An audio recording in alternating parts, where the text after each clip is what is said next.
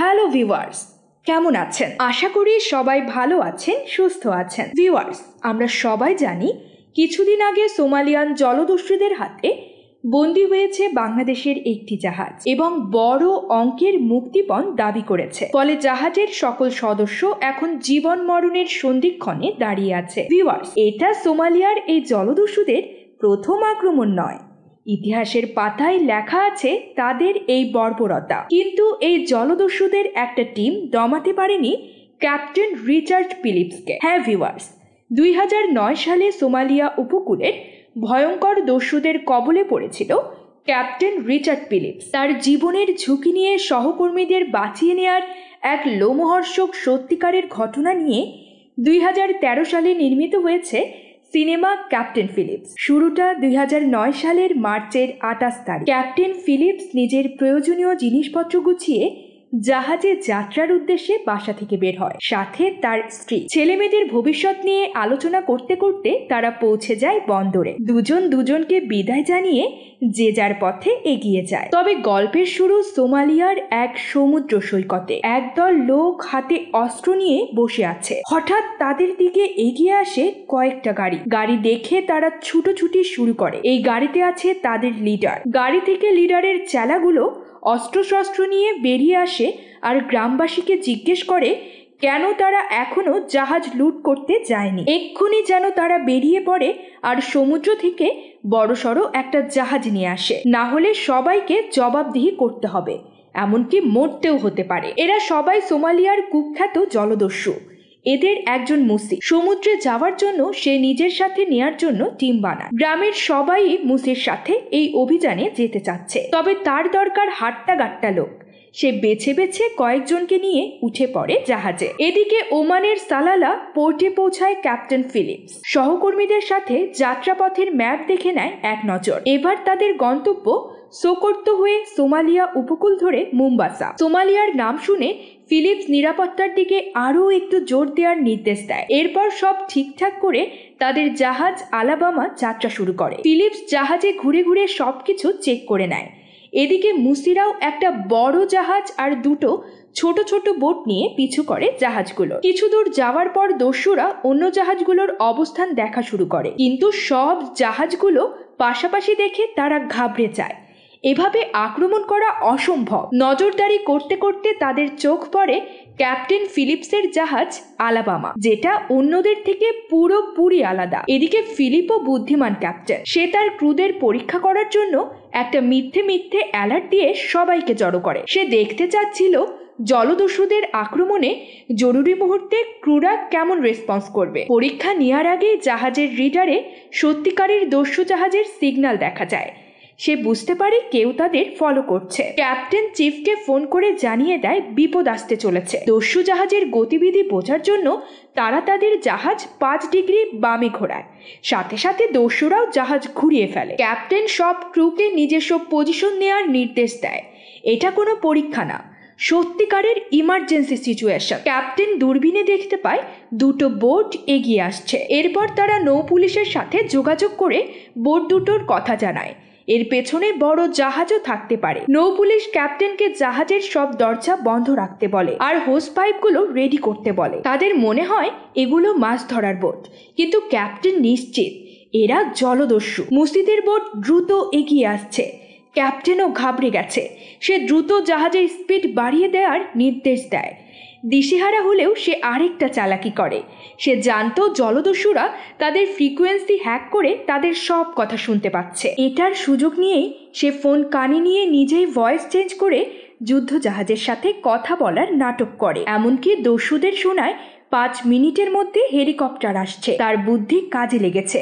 ভয় পেয়ে একটা বোট ফিরে যাচ্ছে, কিন্তু মুসি নাছোড় বান্ধা, সে এখনো পিছু নিচ্ছে। ক্যাপ্টেন কিছুটা স্বস্তি পেয়েছে। এবার সে নির্দেশ দেয় স্পিড কমিয়ে জাহাজ 5 ডিগ্রি বামে ঘোরাতে, আবার 5 ডিগ্রি ডানে ঘোরাতে, যাতে বড়সড় ঢেউ হয় আর বোটের পথে বাধা পায়। সত্যি সত্যি এটা কাজে লেগেছে। ঢেউয়ের প্রকোপে দস্যুদের বোটের ইঞ্জিন নষ্ট হয়ে যায়। ক্যাপ্টেন মিশন সাকসেসফুল করে ডাইনিং রুমে অন্য মেম্বারদের সাথে আলোচনা করতে আসে। জলদস্যুরা আবার আক্রমণ করলে আজ যেভাবে করেছে সেভাবেই প্রতিরোধ করবে, কিন্তু তাদের মধ্যে একজন নারাজ। জলদস্যুদের সাথে লড়াই করা তাদের কাজ নয়, এজন্য তাদের আলাদা পেও করা হয় না। তারা অন্য রুটে কেন যাচ্ছে না? ফুল স্পিডে চালালে 8 ঘন্টার মধ্যে 100 থেকে 150 মাইল যাওয়া সম্ভব। তারা আফ্রিকার এখন যে অঞ্চলটায় আছে সেখানে জলদস্যুদের 5টা আলাদা আলাদা টিম কাজ করে। প্রত্যেক 300 মাইল পর পর তাদের জলদস্যুদের মুখোমুখি হতেই হবে। তাই মুম্বাসা যাওয়ার জন্য তাদের এ পথেই এগোতে হবে, আর সবাইকে ক্যাপ্টেনের নির্দেশেই কাজ করতে হবে। ক্যাপ্টেন রেগে যায় আর বলে, কারো যদি এই কাজ পছন্দ না হয় তাহলে সে মুম্বাসা গিয়ে অফিসে যোগাযোগ করে জাহাজের সাথে সাইন করা ডিল ভাঙতে পারে। এদিকে রাতের আধারে মুসি আর তার সঙ্গীরা বোটের ইঞ্জিন ঠিক করে ফেলে। সকালবেলা তারা আবার পিছু নেয় জাহাজ আলাবামার। ক্যাপ্টেন ফিলিপস আবারও ক্রুদের নির্দেশ দেয় মাস্টার স্টেশনে একত্র হওয়া, আর চিফকে নির্দেশ দেয় স্পিড বাড়িয়ে 5 ডিগ্রি ডানে ঘোরাতে। তারা আবার নৌ পুলিশকে ইনফর্ম করে। নৌ পুলিশ এবার মিলিটারি পাঠানোর নিশ্চয়তা দেয়। এদিকে মুসিরা আলাবামার একদম কাছাকাছি এসে যায়। ক্যাপ্টেনকে বোকা বানাতে তারা নিজেদের কোস্টগার্ড পরিচয় দিয়ে জাহাজ থামাতে বলে, কিন্তু জাহাজ থামে না দেখে ওরা শুট করার সাথে সাথে জাহাজের হোস পাইপগুলো চালু করে দেওয়া হয়। এতে দস্যুরা আরও ক্ষেপে যায়। তারা বোট নিয়ে জাহাজের চারপাশে ঘুরতে ঘুরতে উপরে ওঠার পথ খুঁজতে থাকে। উপায় না পেয়ে ক্যাপ্টেন তাদের দিকে ফায়ার করে, কিন্তু কোনো লাভ হয়নি। তারা জাহাজের সাথে সিঁড়ি লাগানোর আপ্রাণ চেষ্টা করে। ক্যাপ্টেন ক্রুদের একত্রে ইঞ্জিন রুমে যাওয়ার নির্দেশ দেয় আর একটা পাসওয়ার্ড দেয়। যত যাই হোক, এই পাসওয়ার্ড না বলা পর্যন্ত কেউ বাইরে বের হবে না। সে চায় না কেউ জলদস্যুদের হাতে বন্দী হোক। ইঞ্জিন রুমে সবাইকে 4 জন করে এক একটা টিমে ভাগ করে দিয়ে সিলিন্ডারের নিচে লুকানো হয়। এদিকে মুসিও জাহাজে উঠে তার সঙ্গীদের নিয়ে কন্ট্রোল রুমে ঢুকে পড়ে। ক্যাপ্টেনকে বলে, ভয় পাওয়ার দরকার নেই, তারা আল কায়দা নয়, তারা শুধু বিজনেস করতে এসেছে, টাকা পেলে সব ঠিক হয়ে যাবে। দস্যুরা ক্যাপ্টেনকে জিজ্ঞেস করে জাহাজে কি কি আছে। ক্যাপ্টেন বলে, খাবার দাবার আর কিছু, কাগজপত্র ছাড়া কিছুই নেই, আর সিন্ধুকে $30,000 আছে, তারা চাইলে এই ডলার নিয়ে যেতে পারে। মুসি রেগে যায়, তাদের দেখে কি ভিখারি মনে হচ্ছে? মাত্র $30,000 দিয়ে তারা করবে কি? তাদের কথার মাঝেই জাহাজের ইঞ্জিন বন্ধ করে দেয় চিফ। জাহাজ থেমে যাওয়ায় দস্যুরা ক্যাপ্টেনের দিকে অস্ত্র তোলে। ক্যাপ্টেন দস্যুদের বোঝানোর চেষ্টা করে অনেক স্পিডে চলার কারণে জাহাজের ইঞ্জিন খারাপ হয়ে গেছে, এমনকি কম্পিউটারও চলছে না। মুসি ক্যাপ্টেনের কথা বিশ্বাস করেনি, চালাকি করতেও নিষেধ করে। এরপর নিজেই আন্দাজে বাটন চাপতে শুরু করে। তার সঙ্গীরা বারণ করে, আন্দাজে চাপাচাপি করে জাহাজের যেটুকু বাকি আছে তাও নষ্ট না করতে। মুসি ক্যাপ্টেনকে ক্রুদের উপরে নিয়ে আসার থ্রেট দেয়। ক্যাপ্টেনও সুন্দর মতো ফোন করে সবাইকে উপরে আসতে বলে। তার হাত থেকে ফোন কেড়ে নিয়ে মুসি ঘোষণা দেয়, সবাই উপরে না আসলে প্রত্যেক 1 মিনিটে একজন মেরে ফেলবে। কিন্তু পাসওয়ার্ড না বলায় কেউ আসে না। রেগে গিয়ে এক দস্যু ক্রুর মাথায় বন্দুক ঠেকায়। মুসি তাকে থামিয়ে দেয়। সে জাহাজের তল্লাশি নেবে, প্রত্যেকটা কোণা খুঁজে খুঁজে দেখবে। ক্যাপ্টেন এবারেও চালাকি করে ওয়াকিটকির বাটন চেপে ধরে। এরপর বলে, তুমি তল্লাশি করতেই পারো যতক্ষণ বিদ্যুৎ থাকবে, কিন্তু বিদ্যুৎ চলে গেলে তুমি কিছুই দেখতে পাবে না। ইঞ্জিন রুমের সবাই ক্যাপ্টেনের কথা শুনে বুঝে যায় তাদেরকে বিদ্যুৎ বন্ধ করে দিতে হবে। 2 জন ক্রু 2 ফ্লোরে জেনারেটর অফ করতে চায়। ক্যাপ্টেন দস্যুদের বোকা বানাতে অন্য রাস্তায় নিয়ে গেলেও মুসি দেয়ালে জাহাজের ম্যাপ দেখতে পায়। ম্যাপ দেখে সে আন্দাজ করে নেয় ইঞ্জিন রুম কোথায় আছে। ক্যাপ্টেন তাকে ঘুরিয়ে দেওয়ার চেষ্টা করে, কিন্তু সে প্রথমে ইঞ্জিন রুমেই যাবে।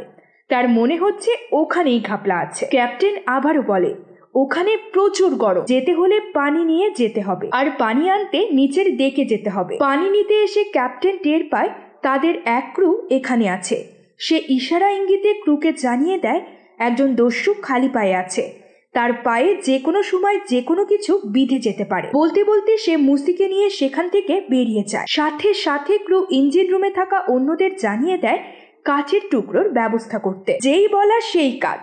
ইঞ্জিন রুমে ঢুকেই দস্যুটার পায়ে ঢুকে পড়ে ভাঙা কাচ, ফালা ফালা হয়ে যায় পা। মুসি আবারও রেগে যায়, কেউ তো আছে, আড়ালে বসে তার সাথে চালাকি করছে। সে ইঞ্জিন রুমের কোনায় কোনায় চেক করতে মরিয়া হয়ে পড়ে। অবশেষে ক্যাপ্টেন তাকে নিয়ে নিচে নামে। জেনারেটরও বন্ধ হয়ে যায়। চারিদিকে ঘুটঘুটে অন্ধকার। মুসি চিল্লাপাল্লা শুরু করে, কে করলো এই কাজ? বাকি দস্যুরাও টের পায় কেউ বাইরে এসেছে, কিন্তু তারা কাউকে খুঁজে পায়নি। এদিকে ইঞ্জিন রুমে পা কাটা দস্যুটা ব্যথায় কাতরাচ্ছে। মুসি বিরক্ত হয়ে তাকে ক্যাপ্টেনের সাথে উপরে পাঠিয়ে দেয়। নিজে বীর বাহাদুরের মতো একা একা খোঁজা শুরু করে। পাকনামি করতে গিয়ে নিজেই বন্দী হয়ে যায় ক্রুদের হাতে। তাকে বন্দী করে ক্রুরা উপরে কন্ট্রোল রুমে থাকা দস্যুদের জানায় ওদের নেতাকে বন্দী করে ফেলেছে। যদি তারা বাঁচতে চায় আর তাদের ক্যাপ্টেনকে বাঁচাতে চায় তাহলে আলাবামার ক্যাপ্টেনকে ছেড়ে দিতে হবে। মুসিদের সাথে বোট নেই, তাই ক্যাপ্টেন তাদের প্রস্তাব দেয় জাহাজের লাইফ বোট নিয়ে তারা এখান থেকে যেতে পারে। চাইলে $30,000 তাদের দিয়ে দেওয়া হবে। মুসি উপায় না পেয়ে রাজি হয়ে যায়, কিন্তু দলের অন্য দস্যুরা নারাজ।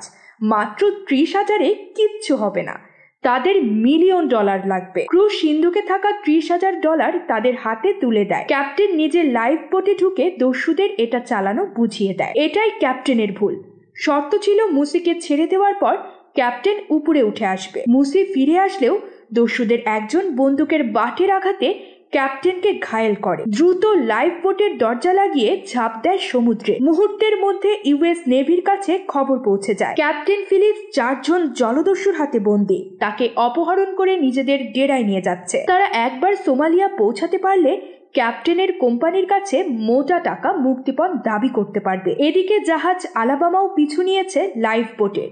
ক্রুরা চাচ্ছে তাদের ক্যাপ্টেন চোখের আড়াল না হোক। নেভি না আসা পর্যন্ত তারা ওটাকে ফলো করবে। ভাসতে ভাসতে রাত থেকে দিন হয়। পা কাটা দস্যুটা ব্যথায় কাতরাচ্ছে। মুসিরও হাত কেটে গেছে।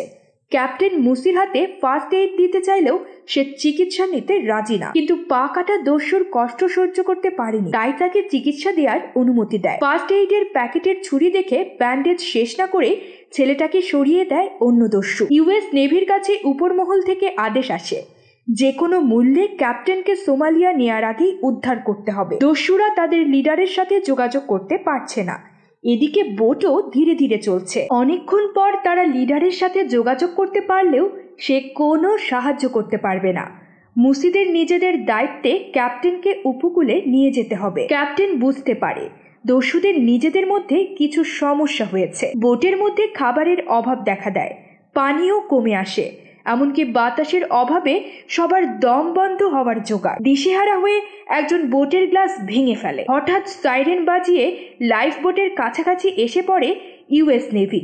রেডিওতে মুসির সাথে কথা বলে। নেভি দেখে দস্যুরা একটু ঘাবড়ে যায়। তারা নেভিকে কোনো অ্যাকশন নিতে বারণ করে। তারা আল কায়দা নয়, সামান্য জেলে, বেশি কিছু চায়ও না। $10 মিলিয়ন দিলেই আশেপাশে তারা ক্যাপ্টেনকে ছেড়ে দেবে। ইউএস নেভি আলাবামায় পৌঁছে যায় আর সবাইকে আশ্বস্ত করে মুম্বাসা পর্যন্ত তাদের নিরাপদে পৌঁছে দেবে আর ক্যাপ্টেনকেও উদ্ধার করবে। ক্যাপ্টেনকে রেখেই আলাবামা মুম্বাসার দিকে রওনা দেয়। জাহাজ যাচ্ছে দেখে দস্যুরা খুশি হয়। তারা ভাবছে ক্যাপ্টেনকে রেখেই সবাই চলে যাচ্ছে, কিন্তু ইউএস নেভি আলাদা করে বোট পাঠায়। তারা লাইফ বোটের জন্য খাবার আর পানি নিয়ে এসেছে। তাদের সাথে আছে ক্যামেরা। তারা দস্যুদের কাছে ক্যাপ্টেনকে দেখতে চায়। তাদের সন্দেহ হয় আদৌ ক্যাপ্টেন জীবিত আছে কিনা। তাদেরকে আশার আলো দেখিয়ে ক্যাপ্টেনকে টেনে হিচড়ে বাইরে নিয়ে আসে তারা। ক্যাপ্টেন নেভিকে জানায় সে ঠিক আছে। এরপর নেভিকে জিজ্ঞেস করে তার পরিবার কি জানে সে এখন কোথায় আছে। নেভি জবাব দেয় তারা প্রতিটা মুহূর্তের খবর তাদের জানাচ্ছে। ক্যাপ্টেন এবার চালাকি করে বলে আমার পরিবারকে এটাও জানাবেন আমি লাইফ বোটের 15 নম্বর সিটে আছি। এটা নেভির উদ্দেশ্যে ক্যাপ্টেনের একটা ইঙ্গিত ছিল। ইউএস নেভি খাবার আর পানি দেওয়ার অনুরোধ করে, কিন্তু মুসা বারবার $10 মিলিয়ন চায়। তাদের খাবার বা চিকিৎসা কোনোটাই দরকার নেই। দেখা শেষে আবারও ক্যাপ্টেনকে টেনে হিচড়ে ভিতরে নিয়ে যায়। মুসি নেভির সাথে এত কথা বলছে দেখে রাগে অন্য একটা দস্যু ক্যাপ্টেনের কানের কাছে গুলি চালিয়ে দেয়। আচমকা গুলির আওয়াজ শুনে নেভি ঘাবড়ে গেছে। তারা দ্রুত তাদের বোট ওখান থেকে সরে যাওয়ার নির্দেশ দেয়। এরপর তারা ক্যাপ্টেনের সাথে কথা বলতে চায়। মুসি ক্যাপ্টেনের সাথে কথা বলিয়ে দেয় আর জানায় কিচ্ছু হয়নি, সব ঠিক আছে। কিন্তু নেভি মুসিকে থ্রেট দেয়, উল্টো পাল্টা কিছু হলে নেভি বরদাস্ত করবে না। লাইফ বোট সোমালিয়া পৌঁছাতে এখনো 12 ঘন্টার পর। এদিকে নেভির সিল টিম 4 ঘন্টার মধ্যে ওদের এখানে পৌঁছাবে। লাইফ বোটকে ঘিরে ধরেছে দুটো জাহাজ। ক্যাপ্টেন দস্যুদের সাবধান করে, তোমাদের সব শেষ, তোমাদের নেতাও পালিয়ে গেছে। আর যাই হোক, তোমরা আমাকে নিয়ে সোমালিয়া পৌঁছাতে পারবে না, তার চেয়ে বরং সারেন্ডার করো। সব শুনে বুঝেও মুসির রাজি হয় না। রাতের আধারে সিল টিমও জায়গা মতো পৌঁছে গেছে। কোনো উপায় না পেয়ে টয়লেটে যাবে বলে ক্যাপ্টেন বোটের বাইরে আসে। তার সাথে ছিল পা কাটা ছেলেটা। সে ছেলেটাকে ধাক্কা দিয়ে নিজেও সমুদ্রে ঝাঁপ দেয়। নেভি সদস্যরা লাইভ ক্যামেরায় দেখতে পায় দুজন ঝাঁপ দিয়েছে, কিন্তু তাদের মধ্যে ক্যাপ্টেন আছে কিনা বুঝতে পারছে না। দস্যুরাও বোট ঘুরিয়ে ফেলে, তাদের লোককে বোটে তুলে ক্যাপ্টেনকে ধাওয়া করে। ক্যাপ্টেনও সাঁতার কাটতে কাটতে ঘুরে ফিরে লাইফ বোটের কাছে চলে আসে। মুসি পানিতে ঝাঁপ দিয়ে ক্যাপ্টেনকে ধরে ফেলে। নেভিও আলো ফেলে নিশ্চিত হওয়ার চেষ্টা করে আসলে ওটা কে। মুসি ক্যাপ্টেনকে ধরতে পারে, তাকে বোটে তুলে বেধম মারতে থাকে, কিন্তু বাকিরা তাকে থামানোর চেষ্টা করে, কেননা ক্যাপ্টেন মরলে তারাও মরবে। অবশেষে তাদের চারদিক থেকে ঘিরে ফেলা হয়। হেলিকপ্টার থেকে তাদেরকে সারেন্ডার করার নির্দেশ দেয়, কিন্তু মুসি সিদ্ধান্ত নিতে পারছে না সে কি করবে। ধরা দিলে তাদেরকে আমেরিকায় নিয়ে জেলে ঢোকানো হবে। রেগে মেগে মুসি ক্যাপ্টেনকে বাইরে নিয়ে আসে। এরপর হেলিকপ্টারের দিকে কয়েকটা গুলি ছুড়ে আবারও ভিতরে ঢুকে যায়। এবার নেভি তাদের শেষ চালটা চালে। তারা টাকা দিতে রাজি, কিন্তু শর্ত তাদের একজনকে গিয়ে টাকা আনতে হবে। মুসিরা বিশ্বাস করতে চায় না। তাদের বিশ্বাস করাতে মুসি এবং তার সঙ্গীদের নারী নক্ষত্রের সব খবর গড়গড় করে বলে দেয় নেভি। তারা আরো বলে, আমরা তোমাদের ভালো করে জানি, তোমাদের লিডারও এখানে ডিল করতে আসছে। তোমরা কেউ একজন বেরিয়ে আসো আর টাকা নিয়ে যাও, বিনিময়ে ক্যাপ্টেনকে আমাদের হাতে তুলে দাও। দস্যুদের একজন বলছে এটা ফাঁদ, কিন্তু মুসি এখনো নীরব। কিছুক্ষণ ভেবে সে এই ডিলে রাজি হয়। ওদিকে নেভির স্নাইপার টিম অস্ত্রশস্ত্র নিয়ে রেডি হয় ফাইনাল গেমের জন্য। ক্যাপ্টেন তাকে বলে এত কিছুই হতোই না যদি সে $30,000 নিয়ে চুপচাপ চলে যেত। তখন মুসি বলে, আমার কিছু করার ছিল না, আমার উপরেও বস আছে। কথার মাঝে নেভি টিম এসে বোটের দরজা খুলতে বলে আর ক্যাপ্টেনকে দেখতে চায়। ফাঁকে তারা বোটের গায়ে একটা ডিভাইস লাগিয়ে দেয়, যা দিয়ে তারা দস্যুদের কথাবার্তা সব শুনতে পাবে, আর একটা দড়িও বেঁধে দেয় যাতে সেটা টেনে তারা লাইফ বোট কন্ট্রোল করতে পারে। এরপর তারা ক্যাপ্টেনকে পোশাক দিয়ে পড়তে বলে আর আগের সেই 15 নম্বর সিটে বসতে বলে। এরপর সমঝোতা করার জন্য মুসিকে নিয়ে তাদের বড় জাহাজে ফিরে আসে। বাকি 3 জন জলদস্যুর চারিদিকে ফ্ল্যাশ লাইট জ্বালানো হয়, যার জন্য তারা সামনের দিকে কিছুই দেখতে পায় না। সাথে সাথে নেভির স্নাইপারদের খেল শুরু হয়। তারা 3 জন জলদস্যুকে তাদের টার্গেটে নেওয়ার চেষ্টা করে, কিন্তু কিছুতেই 3 জনকে টার্গেট করা সম্ভব হচ্ছে না। তাই তারা দড়ি টেনে বোটটা নিজেদের দিকে টানতে শুরু করে। জলদস্যুরা বুঝতেও পারছে না তাদের জন্য কি অপেক্ষা করছে। তারা ভাবছে সত্যি সত্যি মুসিকে সমঝোতা করতে নেওয়া হয়েছে। দস্যুরা নেভিকে জানায় প্রচন্ড ঢেউয়ের কারণে লাইফ বোট সোজা রাখা কষ্টকর হয়ে যাচ্ছে। নেভি আবারও দড়ি টেনে বোট তাদের দিকে এগিয়ে নেয়। এদিকে পরিস্থিতি দেখে ক্যাপ্টেন জীবনের আশা হারিয়ে ফেলেছে। সে কাগজ কলম নিয়ে তার পরিবারের উদ্দেশ্যে একটা চিঠি লেখে। দস্যুদের একজন তাকে চিঠি লিখতে দেখে, তার হাত থেকে চিঠি কেড়ে নেয় আর মারতে শুরু করে। একে একে সবাই ক্যাপ্টেনের উপর চড়াও হয়। নেভি সব শুনছে। তারা বারবার সতর্ক করে ক্যাপ্টেনের কিছু হলে ডিল ক্যান্সেল হয়ে যাবে, কিন্তু দস্যুরা বুঝে ফেলেছে যা কিছু হচ্ছে সবই নাটক। তারা ক্যাপ্টেনের হাত বেঁধে ফেলে, তার চোখ বেঁধে ফেলে। ক্যাপ্টেন তার বেঁচে থাকার শেষ আশাটুকুও হারিয়ে ফেলেছে। সে চিৎকার করে তার স্ত্রীর নাম নেয়, বাচ্চাদের নাম নেয়। তার মনে হয় সে হেরে গেছে। নেভিও প্রাণপণে চেষ্টা করছে 3 জনকে একসাথে গান পয়েন্টে আনতে। এদিকে দস্যুরা উঠে পড়ে লেগেছে ক্যাপ্টেনকে শুট করতে। হঠাৎ লাইফ বোটের দড়ি টানা বন্ধ করে দেয়, ফলে বোটে একটা ধাক্কা লাগে আর দস্যুটাও গান পয়েন্টে এসে যায়। একসাথে 3টে শুট হয়। 3 জনেই লুটিয়ে পড়ে মৃত্যুর কোলে। তাদের রক্তে লাল হয়ে যায় ক্যাপ্টেনের শরীর। সে কোনোভাবে চোখের পট্টি আলগা করে দেখতে পায় 3টে লাশ। সে প্রচন্ড মানসিক আঘাত পায়, হাউ মাউ করে কাঁদে। কিছুক্ষণ পর নেভি তাকে উদ্ধার করে আর মুসিকে গ্রেফতার করার আদেশ দেয়। ক্যাপ্টেনকে অক্ষত অবস্থায় জাহাজে তুলে সোজা মেডিকেল রুমে নিয়ে যায় তারা। সে এখনো ট্রমার মধ্যে আছে।